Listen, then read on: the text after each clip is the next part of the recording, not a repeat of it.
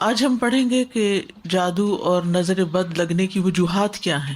سب سے پہلی بات یہ کہ انسان کو یہ جان لینا چاہیے کہ جو کچھ بھی ہوتا ہے وہ اللہ کے اذن سے ہوتا ہے، اللہ کے حکم سے ہوتا ہے۔ سورۃ تغابن میں اللہ تعالیٰ فرماتے ہیں ما اصاب من مصیبت الا باذن اللہ ومن یؤمن باللہ یہد قلبہ واللہ بکل شیء علیم۔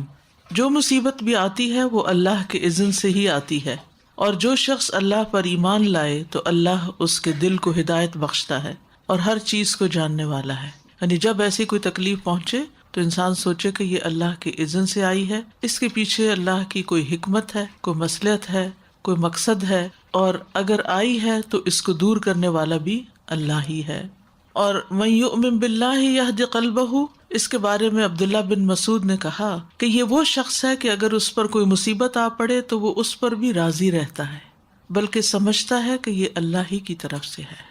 پھر یہ بات یاد رہے کہ ہر بیماری، تکلیف یہ تقدیر کا حصہ ہے، یعنی اللہ سبحانہ وتعالیٰ نے بندوں کو پیدا کیا اور ان کی تقدیر بھی بنائی۔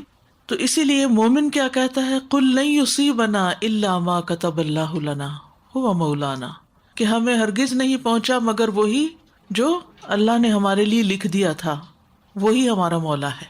یعنی اس کو ٹھیک بھی وہی کرے گا، اس تکلیف کو دور بھی وہی کرے گا۔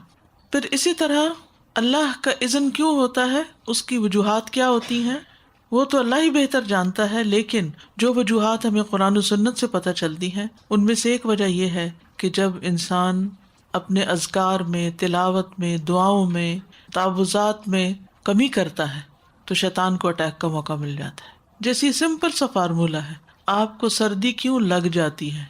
کیونکہ آپ نے پراپر کلودنگ نہیں کی ہوتی، آپ نے پراپر اپنے آپ کو ڈریس اپ نہیں کیا ہوتا، تو وہ پھر آپ کے اوپر اٹیک ہو جاتا ہے۔ اسی طرح بہت ساری چیزیں جو اسباب کی، یہ دنیا اسباب کی ہے، تو وہ اسباب کیا ہیں کہ جس کی وجہ سے کوئی مسئلہ پیش آ جاتا ہے، وہ ہم سب جانتے ہیں کہ اللہ سبحانہ تعالیٰ نے جتنی چیزیں دنیا میں بنائی ہیں ان سب کا کوئی نہ کوئی ایفیکٹ بھی ہے، ان کے اندر اثرات بھی ڈالے ہیں، تو وہ مخصوص اثرات ہوتے ہیں جو انسان کے اوپر عامل ہوتے ہیں۔ ابن القیم کہتے ہیں کہ نظر بد ایک قسم کے تیر ہوتے ہیں جو محسود کی طرف حاسد اور عین یعنی نظر لگانے والے کے نفس سے نکلتے ہیں۔ کبھی تو وہ ان کا نشانہ بن جاتا ہے، کبھی وہ خطا ہو جاتے ہیں، یعنی تیر ادھر ادھر ہو جاتے ہیں، اس بندے کو نہیں لگتے۔ پھر اگر یہ تیر اس کو ننگا پاتے ہیں تو اس پر کوئی بچاؤ کا سامان نہیں، یعنی اگر عبادات وغیرہ کی زرہ اس نے نہیں پہنی ہوئی تو اس پہ لگ جاتے ہیں۔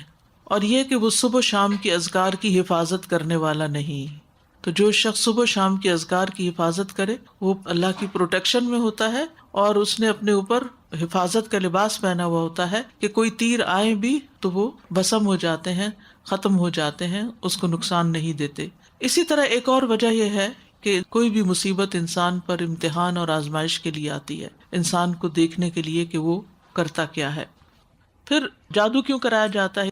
نمبر ایک، دشمنی یا حسد، کسی کو ذہنی جسمانی بیماری میں مبتلا کرنا، رشتوں میں رکاوٹ یا بندش ڈالنا۔ کسی نے رشتہ پوچھا نہیں، انہوں نے دیا تو کہا کہ اب ہم اس کا رشتہ بند کروائیں گے، تو وہ دشمنی کی وجہ سے ہوتا ہے کہ اگر ہمیں نہیں دیا تو اس کا کہیں بھی نہیں ہوگا۔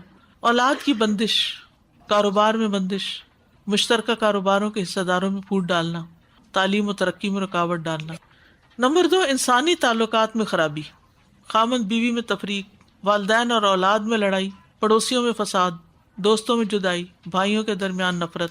اب یہ جادو پھیلا کیوں ہے معاشرے کے اندر؟ سب سے بڑی وجہ اس کی جہالت ہے کہ لوگ اس کے شرعی حکم سے واقف نہیں کہ یہ کس قدر نقصان دہ چیز ہے۔ نمبر دو، ایمان اور تقوی کی کمزوری۔ نمبر تین، ان وسائل کی کثرت جو جادو پھیلانے اور جادوگروں تک آسانی سے رسائی پر معاون ہوتے ہیں۔ آپ دیکھیے جگہ جگہ وہ لگے ہوتے ہیں، نجومی عامل، نمبر فون کے دیے ہوتے ہیں، گلی محلے کے ساتھ بورڈ لگے ہوئے ہوتے ہیں، اور وہ دکان بنا کے بیٹھے ہوئے ہوتے ہیں، ہر کسی کے ایزیلی ایکسیسیبل ہوتے ہیں۔ پھر اسی طرح لالچ اور مال کمانے کی رغبت، بعض اوقات مختلف چینل یا کال سینٹر سے، اور یعنی اس طرح کی کالز بھی بعض اوقات آتی ہیں کہ اس چیز کا علاج ہے اس طرح۔ پھر بعض لوگ مستقبل بہتر بنانا چاہتے ہیں تو وہ اس پھندے میں پھنس جاتے ہیں۔ بیماریوں اور اوہام کی کثرت، جادوگروں کو روکنے کے لیے سزاؤں کا نہ ہونا، کوئی پوچھنے پکڑنے والا نہیں، کھلی چھٹی ہے، جو مرضی جادوگر بن بیٹھے۔ پھر اسی طرح بعض اوقات خرافات پر مبنی کارٹونز اور اس طرح کی چیزیں دیکھنا، وہ بھی بچوں کے ذہن پر اثر انداز ہوتے ہیں، کیونکہ اس میں بھی کچھ ہڈن سٹل میسیجز ہوتے ہیں. بعض گانوں کو بیک ٹریک کیا گیا ہوتا ہے اور شیطانی اعمال اس میں ہوتے ہیں، یعنی جن چیزوں سے شیطان خوش ہوتا ہے. پھر اسی طرح مسائل کا بھرمار ہونا اور زندگی میں مشکلات، اتنی مشکلات، اور جب وہ دیکھتے ہیں کوئی راہ نہیں تو چلو جادو سے ہیلپ لیتے ہیں. یہ ایک بہت بڑا سبب ہے. بعض عورتیں شوہر کے ظلم و ستم کا شکار رہتی ہیں، مارتا ہے، پیٹتا ہے، خرچہ نہیں دیتا، تو پھر کوئی طریقہ نہیں سمجھ آتا، بے بس اور کمزور ہیں تو وہ چل پڑتے ہیں کسی ایسے عامل کے پاس، وہاں جا کے اس کو بتاتے ہیں کہ ہمیں اپنے ہسبینڈ کے خلاف کوئی تعویذ دو.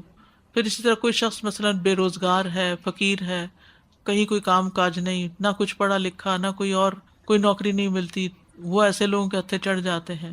بعض اوقات کوئی بیماری ایسی ہوتی ہے جو طول پکڑ جاتی ہے تو لوگ کہتے ہیں اس کا ڈاکٹروں کے پاس علاج نہیں، چلو جادوگر کے پاس. بعض لوگوں کے کوئی چیز چوری ہو جاتی ہے یا کوئی اور مال کھو بیٹھتے ہیں یا کوئی انیوژل قسم کی چیز پیش آ جاتی ہے تو وہ لوگ جادوگروں کے پاس چل پڑتے ہیں. یعنی مسائل میں جب انسان گرتا ہے تو وہ کیا ہوتا ہے کہ نہ علم ہے، نہ تقوی ہے، نہ اللہ کا ڈر ہے، شرعی حکم پتہ نہیں، اور وہ پڑ گیا اس کے اندر. ساتھ جادوگروں کے نام سے تو نہیں جاتے لوگ، عامل کے نام سے جاتے ہیں. جی ہاں، پریشانی ہے. تو یہ نہیں کہتے جادوگر کے پاس جا رہے ہیں، یہی کہتے ہیں کہ نجومی کے پاس یا عامل کے پاس، ڈفرینٹ نیمز جیسے رکھے ہوئے نا. اب نام کسی نے کچھ بھی رکھا ہو، بورڈ کچھ بھی لگایا ہو، دیکھنا ہی ہے وہ کرتا کیا ہے. تو وہ انشاءاللہ آگے میں کچھ باتیں ذکر کروں گی کہ کیا علاج نہیں کروانا چاہیے، کس کے پاس نہیں جانا چاہیے اور کیا کرنا چاہیے.